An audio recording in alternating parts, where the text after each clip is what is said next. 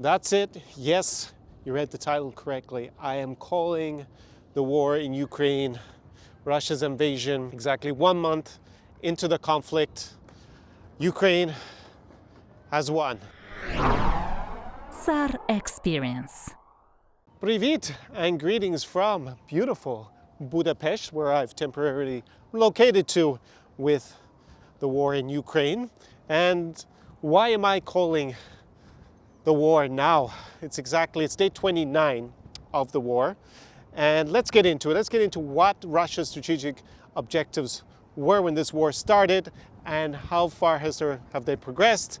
And then I'll tell you why Ukraine has already won the war. And actually, in spite of most of the coverage that I've been hearing, that's from the very beginning has been saying that it's inevitable that Russia will win the war in the short run at least.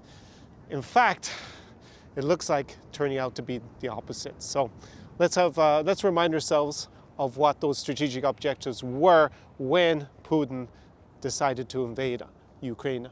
A full invasion of the country, because he's already in Donbass and in Crimea on the 24th of February 2022.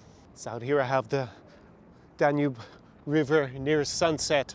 So at the beginning, Russia stated that they wanted to topple the government in Kiev. That was their idea of denazification. They claimed the government in Kiev is run by a bunch of Nazis. Now it seems to be changing their definition of what denazification is, because we're on day 29. And by the way, most of the estimates I saw for how long this war would go on at the beginning ran from about 3 to 15 days maximum. So the fact that we're already double past that should be an indication of why Russia has failed.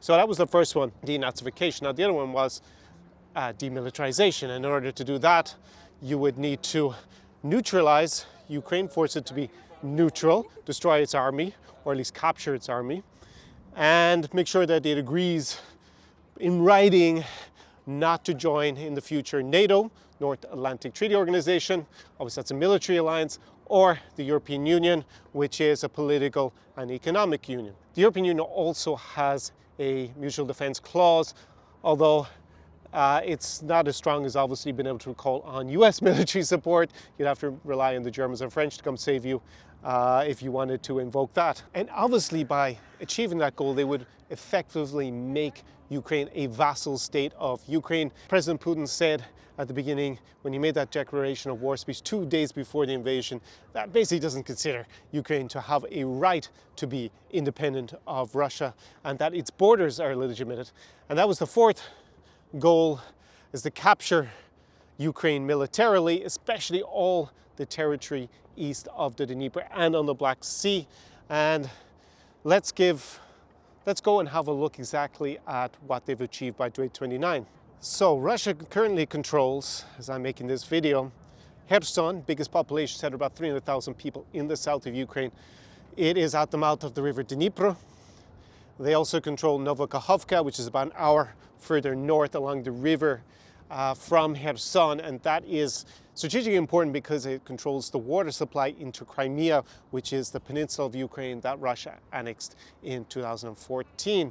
Now, in addition to that, they also control the territory going east towards the Russian border, all the way creating a land bridge, in effect, to the areas they previously controlled in Donbass in Ukraine with Crimea, with the exception of Mariupol, which is currently under siege. Now they also control some parts along the borders, near to Kiev, near to Kharkiv, near to Sumy, seem to have Chernihiv, another city north of Kiev, more or less encircled. But that is the grand scale of things on day 29. So they have not toppled the Zelensky government in Kiev. They have not defeated the Ukrainian army on day 29. They have not taken that much territory. I mean, the biggest population center is 300,000 people. And actually, today, just before I started filming, the mayor of Kherson put a big Ukrainian flag somewhere on a building in the center of Kherson, it looked like. So not even sure that they're going to be able to hold that city necessarily going forward. And yes, they do have a lot of that territory close to Crimea running to Donbass, but that is a very minimalist goal if you look what they originally intended to do. Now, a lot of people before the war actually thought that would be the grand scale of Russia's ambitions would actually just to try to expand their control in Donbass and in the south of Ukraine. But at the moment, that looks like being a very reduced goal and definitely not what they set out to achieve. And in fact, the Ukrainian troops have started to do small counterattacks around Kherson, around Mykolaiv in the south, and also up in the north around Kiev.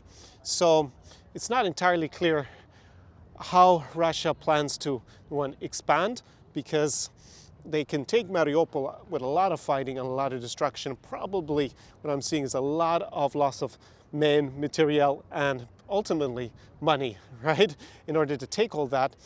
And that would, maybe they can go on and encircle the Ukrainian armies in the south and maybe get a Pyrrhic victory, is what I see at some stage by defeating those. But it's going to cost them so much. And the problem with a Pyrrhic victory is that you win the battle, but ultimately you end up so weak from it that you end up losing the war, because it's become a series of doubling down. Once the original strategy hasn't worked, which is to take Ukraine pretty quickly, expecting it to collapse, in effect, at least militarily and politically.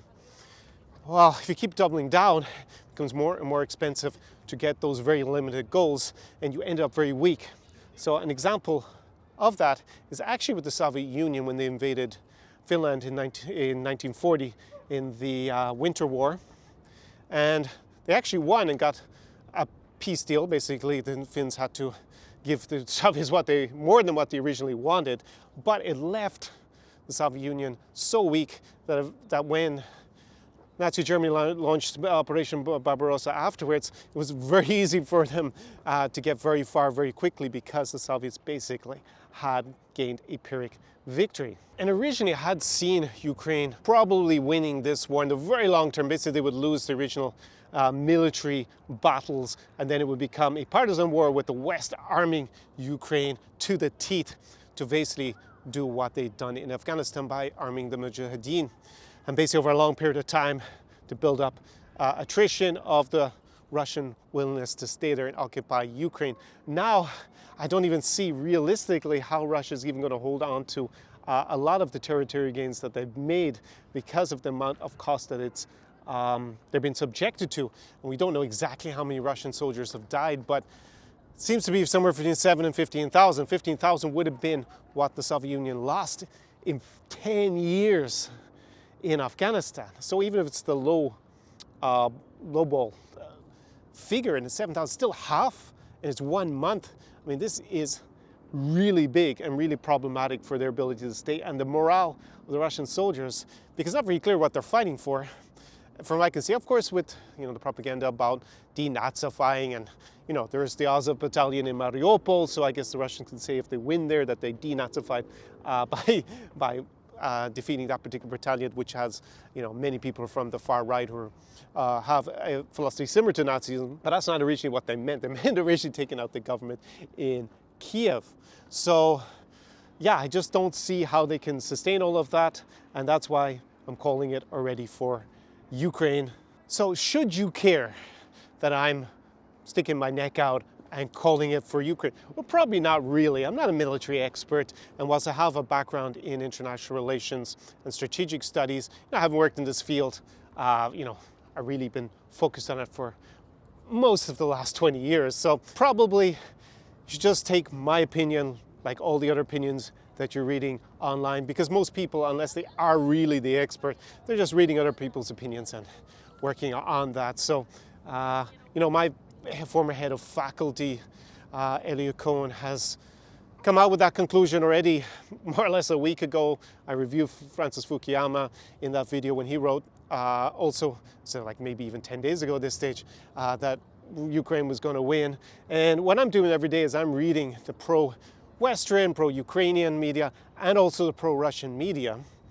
And I'm just not seeing the receipts from the pro-Russian media. And the pro-Russian side anyways was lying to us from the beginning. They claimed there was going to be no war. There was Western hysteria. Those troops, they're just sitting there on the border.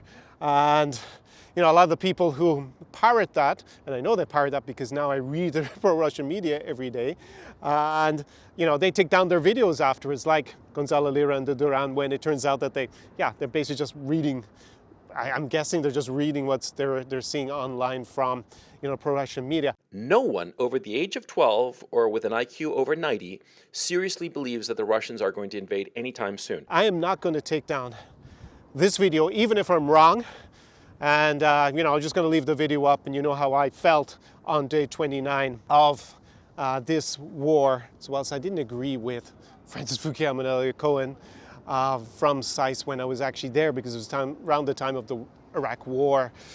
This time, they have been on the side that's been most right from when I look at the different medias, and it definitely seems to correlate what I'm seeing online. And the other side that, you know, those who have to delete videos because it turns out that they were, you know, following the media of the side that has been losing the war so far in terms of achieving its strategic objectives, just not convincing to me. And I'm making this video, I'm not going to delete it, and I think I'm going to be on the right side of who wins this particular war, and also, more importantly, on the right side of human history. Slava Ukraini, Героям слава. SAR Experience.